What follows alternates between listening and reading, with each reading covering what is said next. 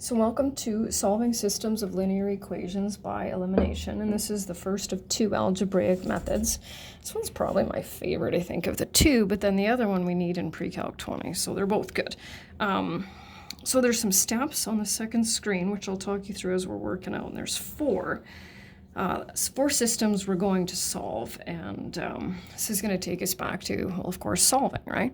So in order to solve by elimination, unsurprisingly, we need to eliminate either the x's or the y's. And each time you look at one of these, you get to choose. And so it doesn't really matter.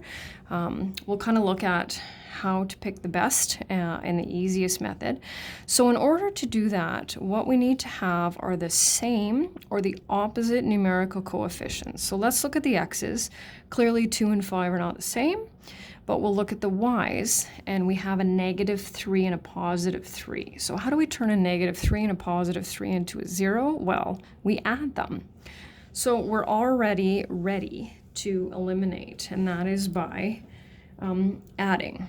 So we will add our equations. So 2x plus 5x is 7x. We already know that we've eliminated the y's because we have 0, and then we will add our constants and get 42. Now here I'm no longer limited to integer answers, so you can definitely get fractions here, but that's okay, we're used to those. And what is x? 6. So am I finished? Well, no, because I need a value for y. So how do we figure out what y is? Well, we'll use substitution. Which equation will we need to substitute the 6 to figure out y? Well, I hope you said either one, because you know that the values that we calculate have to work in both, right? So it doesn't really matter which one you do. I'm going to do this first one.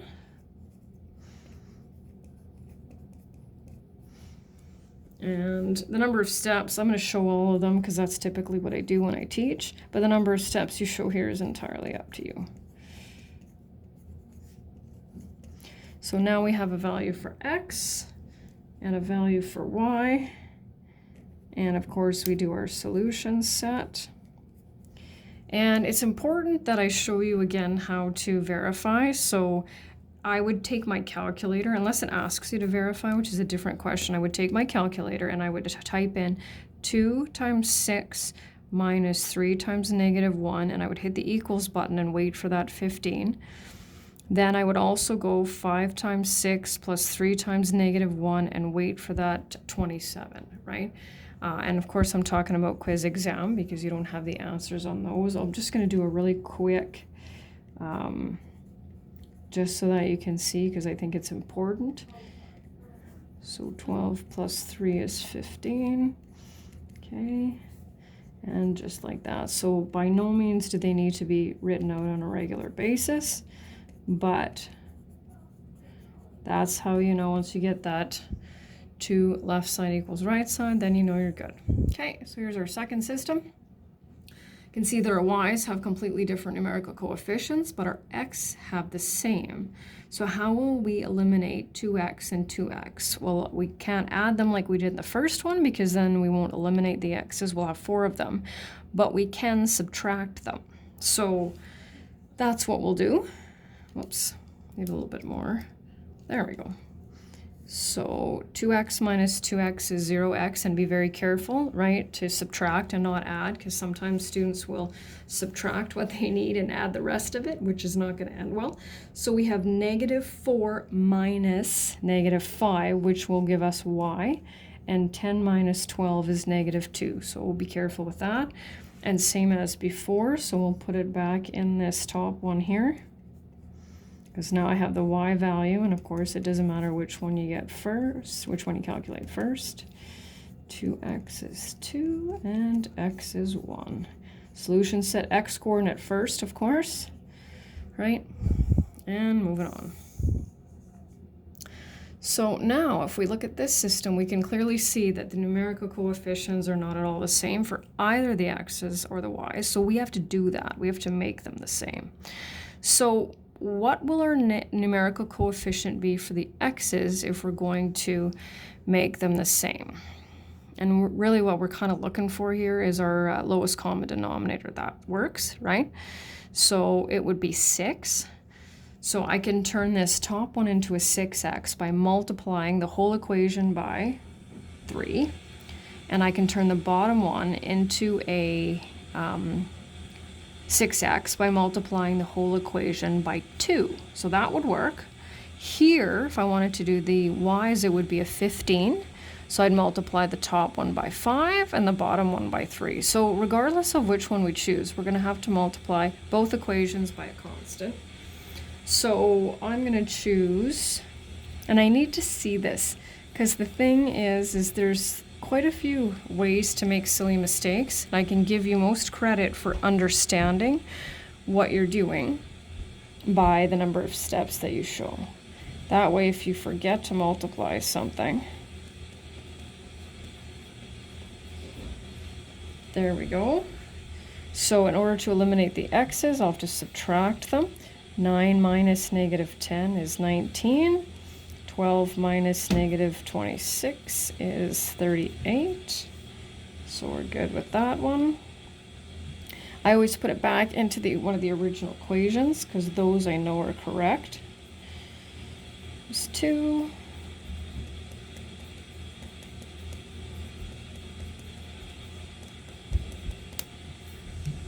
And negative 1, 2. Okay, so, and you can see here's our process over here.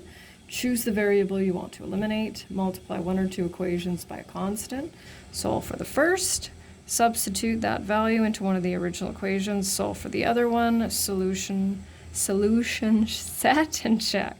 So here's our last one. So this is where we can start to analyze and see if we can maybe save ourselves a little bit of time. So to eliminate the x's, I can multiply the bottom equation by 3.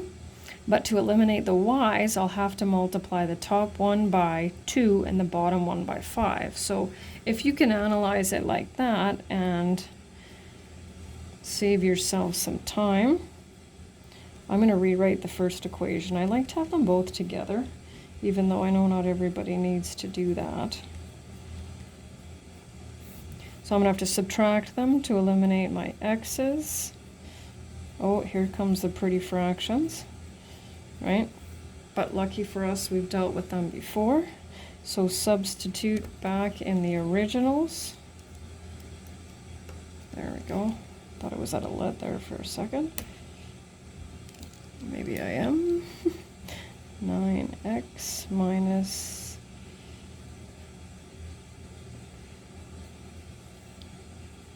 so when I multiply fractions, right, we multiply numerators 50, denominators 5.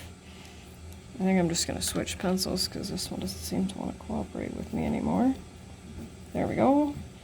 9x equals negative 3 and x equals negative 1/3. So checking this one wouldn't be quite as, actually wouldn't be that bad, I don't think. Just looking at these here. But fortunately you have the answers. And the last one.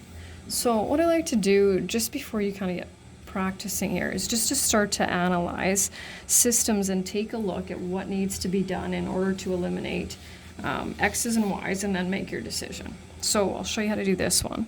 So if we're going to eliminate the x's, what will I need to do with those two equations? And usually students will say subtract them. So what I want you to write is E1, stands for equation 1, minus equation 2. And that's it. Okay, if we're going to eliminate the y's, we'll have to multiply the first equation by 4, and then will we add or subtract them?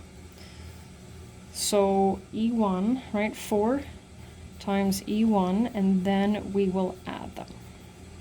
So that's, of course, instead of you having to write it all in English, there it is. So here's our next system, and this is our last one. So to eliminate the x's, we'll have to multiply the second equation by 3.